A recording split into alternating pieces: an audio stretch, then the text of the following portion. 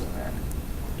Well, I'm not opposed to making sure that everyone's covered, but I'm just not sold on universal health care yet.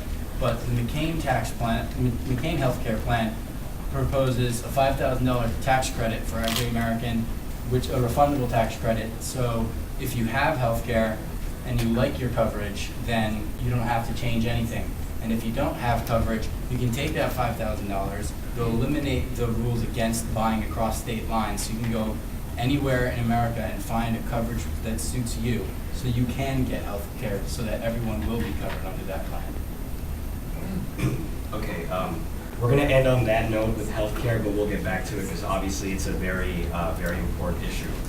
But we'll get to what we think is the most relevant issue at this moment is the economy.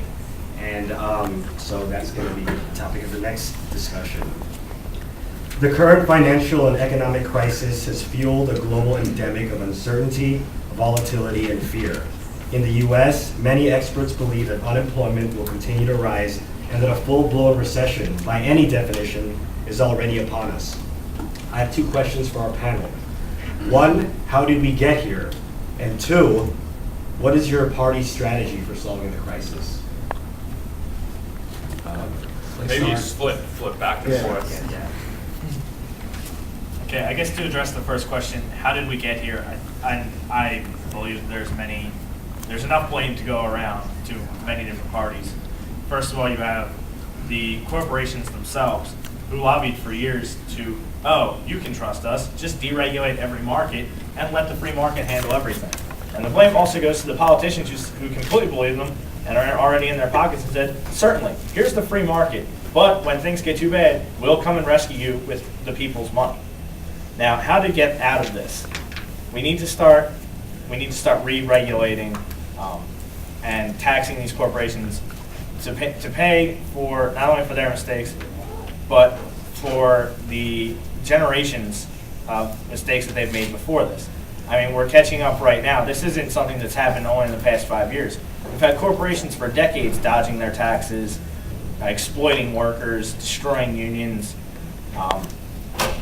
raping the American public, basically, for every cent that they can get out of us. And it's time we start taking everything back from these corporations and putting the power of industry back into the hands of the people as opposed to the hands of the few owners and wealthy organizers of these companies.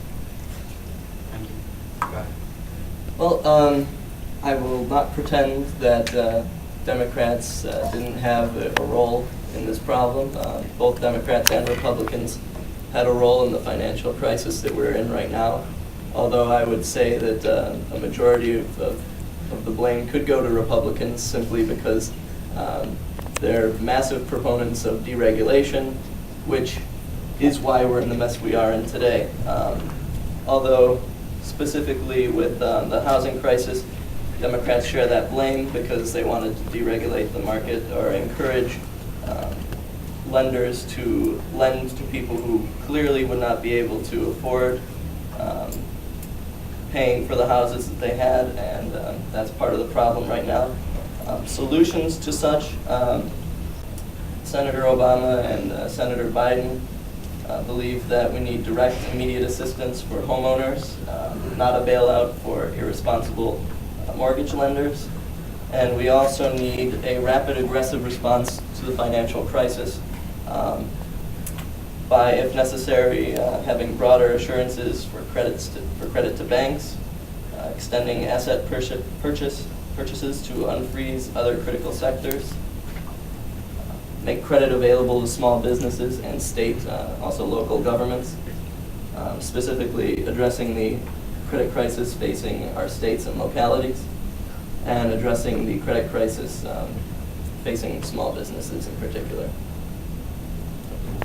Because I do not agree with these two over here.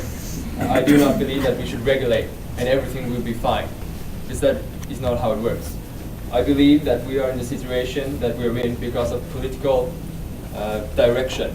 You have wanted a certain policy. You have created laws for like Fannie and Freddie, and you have said that poor people should be allowed to own their home because it's the American dream. You said that, so you have created laws so they could have these loans because it was a political vision.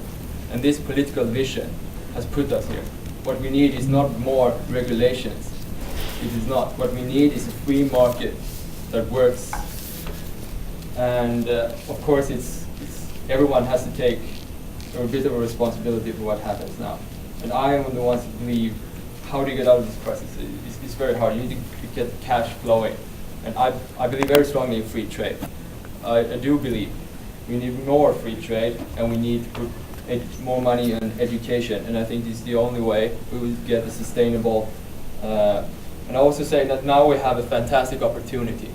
Because now we take the resources we have and we make a huge effort to create a new environmental energy. Now we have the position. If people are getting unemployed, we can see, you know what, we can get educated people to do this. We can create new technology. I think this is an opportunity. We should see what we have right now and what we can do with it. And I think that is what we should do. Well, I think that I'm going to actually agree with Stephen down there. Everybody's to blame. It's not just Democrats to blame. It's not just Republicans to blame. Everybody had a hand in this crisis. In the 90s, when Bill Clinton was president and the Democrats didn't want regulation on Fannie and Freddie, the Republicans were calling for it. And then during the Bush administration, when the Republicans didn't want regulations on Fannie and Freddie, the Democrats were calling for it. So really everybody is to blame for this, and everybody had a hand in it. So what we really need to do is put an end to this partisan bickering. Partisanship is really sinking our system at this point. Everybody is afraid to insult the other members of their parties and cross the aisle when they think that their party is wrong. So people really need to work across the aisle, and the only way we're going to get out of this is by working together to find a solution that Democrats and Republicans, with some compromises, can agree on. I'm going to interject. What do you mean by working together? That's kind of a nebulous concept, that working together, obviously the parties don't work together. So what's McCain's solution? Well, I think that the tax plan that John McCain has put forth to lower corporate taxes, to give corporations a reason to stop bringing their companies overseas and away from our workers, is a good plan, because it gives them a reason to create jobs. Because we have, I believe, the second highest corporate tax in the world at this point. And with that high of a corporate tax, it's really no surprise that corporations want to leave our borders and go somewhere where it's cheaper to run their business. So by lowering the corporate tax rate to 25%, I believe that it will give these corporations a reason to expand their operations, create new jobs, and by creating jobs, it takes people out of unemployment, and those people start receiving checks and they can start spending money again, and it's just a cycle and the economy will start to grow again. Well, I mean, the current mess we're in, I'm going to have to disagree with Mr. Roache down at the far end of the table. Actually, we'll agree more with our Swedish colleague here. That, the problem, this was the government's fault. There's a set of basically 4 things that the government did that we can point to and say, basically, that are the things that caused the current housing, finance crisis, and then the financial crisis that stemmed from that. First off are the GSEs, Fannie and Freddie. They were all, had a government mandate, and they were engaged in some of the worst practices in the financial market. They were the ones buying up the largest chunk of, of these, subprime mortgages, and then repackaging them as mortgage-backed securities and putting them back out on the market, but with the implicit guarantee of government backing, so that you couldn't go wrong with going with those. So that's the first thing. They were one of the major driving forces of what helped create this bubble that led to the financial crisis. Second is the Federal Reserve. From a long time now, they've been attempting to go and spur the economy by continually cutting interest rates to artificially low standards of rates. That the easy money increased credit far beyond where it should have been. As a result, more people took out loans that they obviously they shouldn't have, and they were not able to pay for when the rates went up, especially since a lot of people went with adjustable rate mortgages. So that's another key part of the problem, is the easy money of the Fed. Something also was predicted quite a long time ago by the Austrian economists such as F.A. Hayek and Ludwig von Mises.